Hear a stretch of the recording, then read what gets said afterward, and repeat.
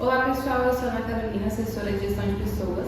Eu sou a Maria Fernanda, diretora de gestão de pessoas da Beth Júnior, e hoje a gente está aqui no nosso 8º episódio do Fala aí Beth Júnior com o professor Dr. Fábio Gava. E o nosso tema de hoje é a importância da cardiologia veterinária na saúde animal. Gostaríamos de dar boas-vindas a todo mundo que está nos acompanhando e ao professor também. Muito obrigada por ter aceito o nosso convite. Boa noite, meninas. Boa noite, pessoal. Muito obrigado pelo convite da Beth Júnior. É um prazer para mim poder estar aqui falando da cardiologia veterinária, né, Mari? Eu gosto muito. Obrigado pelo convite. Muito obrigada, professor.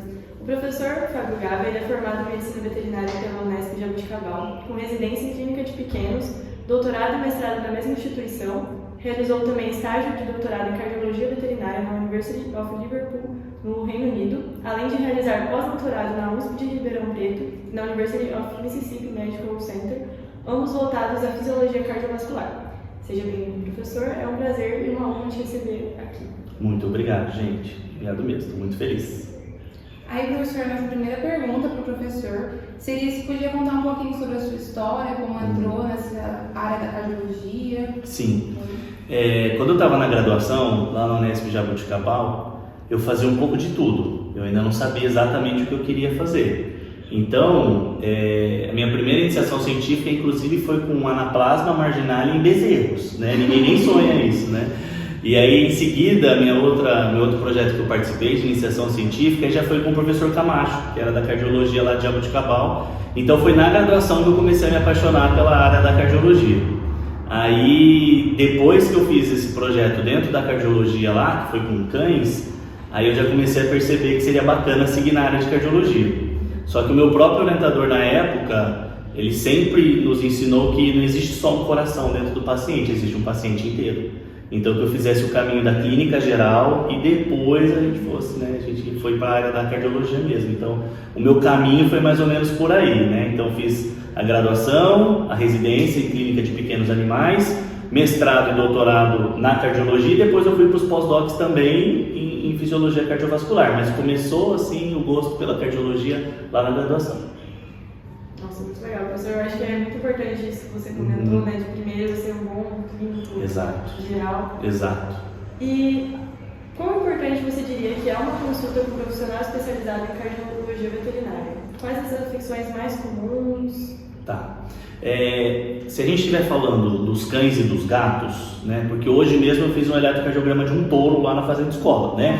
Mas a maior procura, né, são dos cães e dos gatos, que são onde a gente está mais avançado nessa parte da cardiologia veterinária, apesar de que hoje a gente já consegue, né, fazer exames em quase todas as espécies aí. Mas pensando então nos cães e nos gatos, a avaliação cardíaca é extremamente importante por vários motivos. Desde uma avaliação pré-anestésica, ou seja, aquele paciente que não tem manifestação clínica nenhuma de um problema, né, cardíaco, mas ele vai passar por uma cirurgia, então consultar com um cardiologista ali para fazer a avaliação pré-anestésica já é extremamente importante. A gente vai conhecer esse coração e poder dar muitas informações, né, para o anestesista e para o cirurgião como está esse paciente. Fora isso, nós temos as enfermidades cardíacas mesmo, né? Então, nos cães, a mais comum é a doença valvar mixomatosa mitral, dos cães que são de porte pequeno, que vão ficando adultos idosos, então a partir de 6, 7 anos de idade, todo paciente canino pode começar a ter uma degeneração na válvula mitral, né? E aí avaliar esse coração e conhecer esse coração desde o início da doença, já está comprovado de que aumenta a qualidade de vida e tempo de vida. Se a gente for pensar também nos gatos, a cardiomiopatia fenótipo hipertrófica é a enfermidade mais comum e ela é super silenciosa. Então a gente só vai descobrir precocemente se a gente consultar com o cardiologista e fizer os exames específicos, que seria o ecocardiograma nessa situação. Porque lá na frente, o paciente, quando já desenvolve manifestações clínicas, pode ser tarde demais. Tudo bem que a gente também vai conseguir cuidar deles, né? Mas se a gente consegue descobrir essas enfermidades antes de ter manifestação clínica, a gente consegue dar mais qualidade e tempo de vida. Então, a recomendação é que sim, é extremamente importante, né, passar com um cardiologista veterinário. Certo. E atualmente, qual dica, assim, ou conselho o professor daria para os tutores por expedição, né, que é alguma cardiopatia? E qual seria o erro que você julgaria ser o mais comum no tratamento dessas cardiopatias? Tá. Pensando no que você me perguntou pelo lado do tutor, né? Então, o principal conselho é, uma vez diagnosticado o problema no coração do seu pet, que você sempre acompanhe ele com o médico veterinário, né? Pode ser acompanhado com o clínico geral mesmo, e eventualmente o clínico vai solicitar os exames para fazer lá no cardiologista, né? Então, isso é algo que é extremamente importante. Descobrir um problema no coração do seu pet não é sinônimo de fim de vida, tá? Isso é uma coisa que precisa ficar bem importante. Desde que monitorados e tratados, a vida desses pacientes pode ser muito longa, tá? O principal erro que a gente vê é que quando o animal chega lá todo descompensado, a gente vai entrar, a gente faz o tratamento emergencial e entra com o tratamento para casa e a gente explica, olha, é um tratamento para o resto da vida. O seu paciente depende de você, né? Ele não toma remédio sozinho, ele precisa que alguém dê o remédio para ele. E aí o paciente melhora nas próximas semanas. E a gente vê muitos tutores que acham que o problema sumiu. Então acham que já curou e aí eles descontinuam o tratamento, eles param o tratamento. Só que quase todas as doenças do cão e do gato, elas são crônicas e progressivas. Então a gente precisa tratar para sempre e acompanhar sempre. Então os principais erros que a gente vê é a falta do tratamento e a falta aos retornos, né? Porque às vezes é no retorno que a gente consegue ajustar alguma coisa. E aí quando estão bem tratados e acompanhados, eles podem ter uma vida bem longa. E como que a gente, né, nós estudantes, a gente pode atuar nessa divulgação mesmo desse conhecimento, professor? Tá, legal. Eu acho que isso que a gente está fazendo aqui já é uma excelente forma, né, da gente ajudar a divulgar. E eu acho que o que é legal é a gente levar o conhecimento para esses tutores de que cães e gatos também têm doença no coração. E que quando diagnosticados precocemente, eles vão viver mais e melhor, né? Então a gente consegue ajudar levando a informação para todos os tutores de todas as classes sociais de que cães e gatos têm problema no coração e que é possível fazer exame, porque tem muitos que às vezes nem sabem. Nossa, mas faz ecocardiografia em cachorro? Vocês fazem eletrocardiografia em gato? E sim, a gente faz, né? Então, muitos não sabem nem que existe isso ainda para cão e gato. Então, eu acho que é levar informação mesmo, assim, e vocês com certeza conseguem nos ajudar nisso.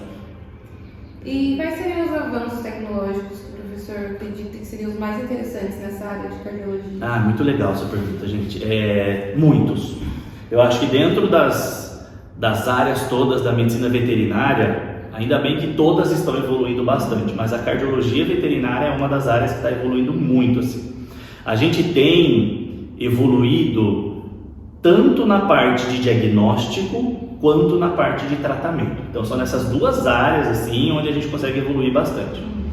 Na parte de diagnóstico, a ecocardiografia, ela chegou para a gente desde o início dos anos 2000, ali aqui no Brasil, eu estou falando, né, que já era possível fazer ecocardiografia, e por ser um computador, ele acompanha a evolução da informática e a evolução de definição de imagem.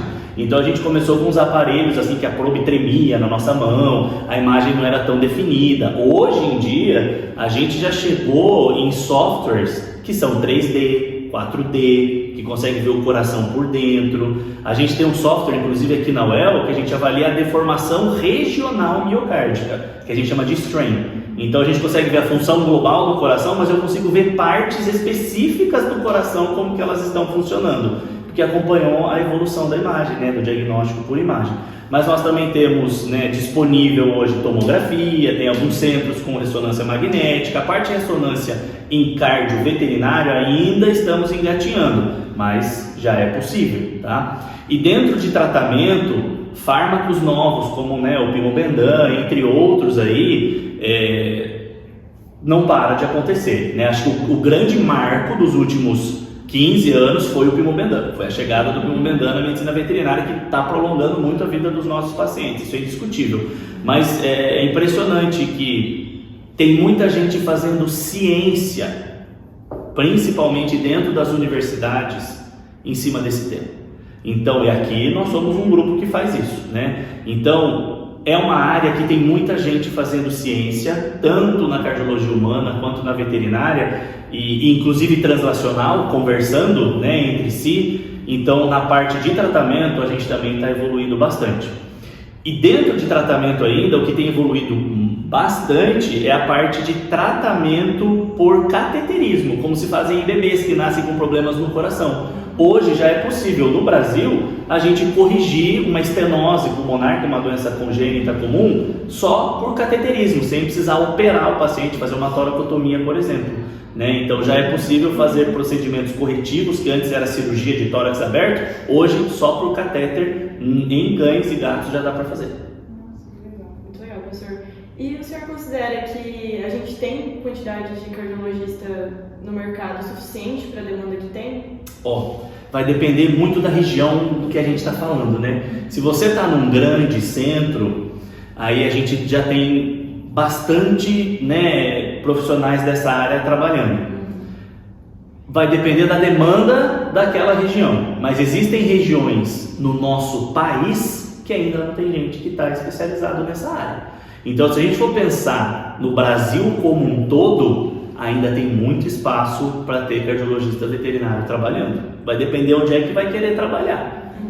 E eu sempre digo que por mais que exista bastante profissionais nessa área onde você mora, você consegue fazer o seu diferencial, porque é muito cachorro. A gente conseguiu aumentar o tempo de vida dos nossos pacientes. Então, é muito cachorro com problema no coração, frequentemente. Então é uma área que precisa. Então, sempre vai estar precisando.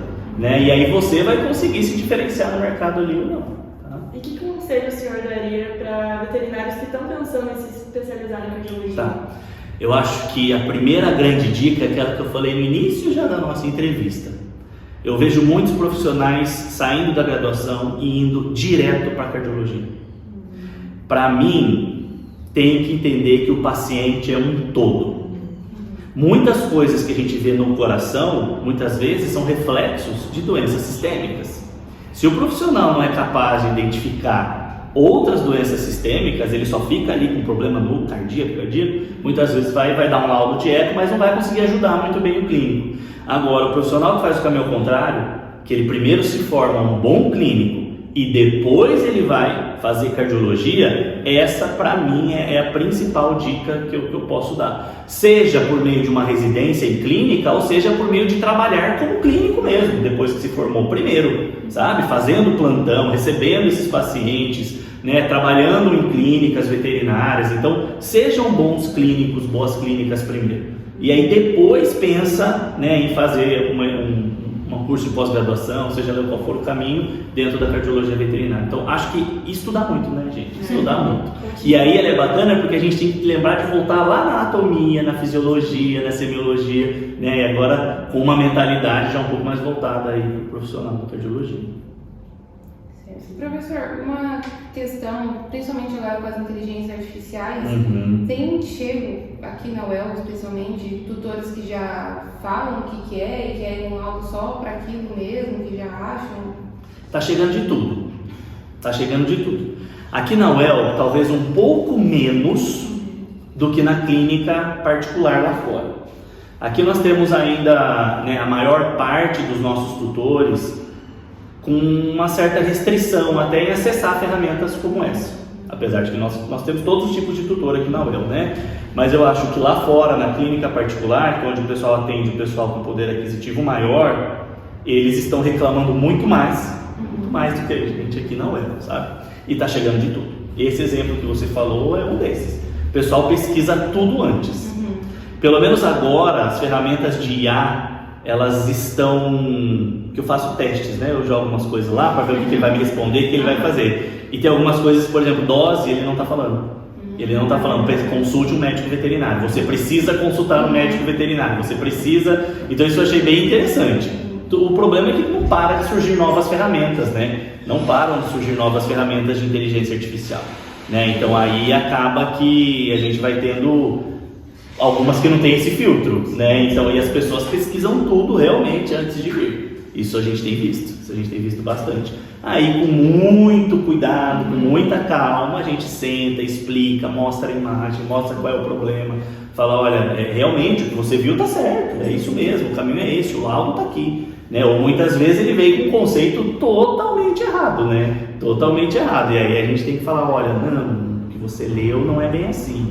Tá aqui, mostra evidências científicas, aí a gente consegue né, contornar a situação. E pensando no outro lado, o senhor acha que essas inteligências artificiais estão afetando o estudante, o veterinário que está lá trabalhando na clínica, pode estar pesquisando ali, vendo a informação errada? O que o senhor acha disso? Pode.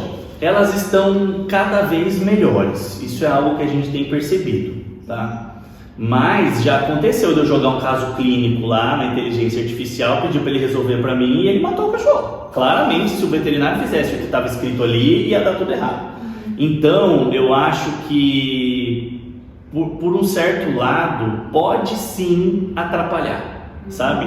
Eu sou aquele professor que é totalmente a favor do livro-texto, de estudar lá no livro-texto, porque a inteligência artificial foram inúmeras pessoas, inúmeras ferramentas que alimentaram aqui, né? Quando a gente pega um livro-texto, foi um professor, pesquisador, que trabalhou a vida inteira com aquilo, que teve muita experiência em atender, né, e colocar aquilo no livro. Então, eu não sou contra utilizar. O problema é que se a gente começa a formação do aluno desde o início só com inteligência artificial, ele perde o costume de ler o livro, ele perde a vontade de ler o livro, que ali a informação realmente é bem fidedigna, né? Então pode sim atrapalhar. Eu ainda estou meio sem uma opinião 100% formada, porque eu não vou falar para vocês que eventualmente eu não uso também para escrever uma coisa aqui, uma coisa ali. Então eu acho que a gente não tem mais como escapar dela. Eu acho que não tem como a gente escapar dela e a gente está ganhando tempo utilizando ela. Só que tem que pensar que tem um paciente vivo na tua frente e que você não vai poder processar o ChatGPT se o que você fizer der errado. Então isso a gente tem que lembrar, sabe? Então estudar por livro-texto e confirmar na IA se quiser, sabe? Eu acho que aí já é um caminho um pouco melhor. Eu acho que é isso mesmo, professor. Muito obrigada. Eu acho que foi, foi com certeza de muito valor o tempo que o senhor tirou aqui para falar um pouco com a gente. Foi muito especial mesmo esse episódio, né? A gente entrando aqui na clínica de pequenos, uma especialidade tão importante que é a cardiologia. Então, muito obrigada mesmo, professor, em nome do podcast, em nome da VET Júnior. A gente fica muito feliz com a sua presença. Muito legal, meninas. Muito obrigado. Obrigado a todo o pessoal da VET Júnior, do podcast. Aí achei essa ideia incrível. Contem comigo sempre que precisar e boa sorte a todos. Muito obrigado. Então, só mais uma coisinha, professor, de agradecer, dar uma lembrancinha, professor. Obrigado, Obrigada mesmo por estar aqui conosco. Muito obrigado. Foi um prazer, viu? Obrigado pelo carinho. Entendeu? Gostaríamos de agradecer também muita disponibilidade de todos aqui que estão acompanhando a gente. E curta, compartilhe, mande para o seu amigo que gosta de cardiologia e fique ligado no próximo episódio.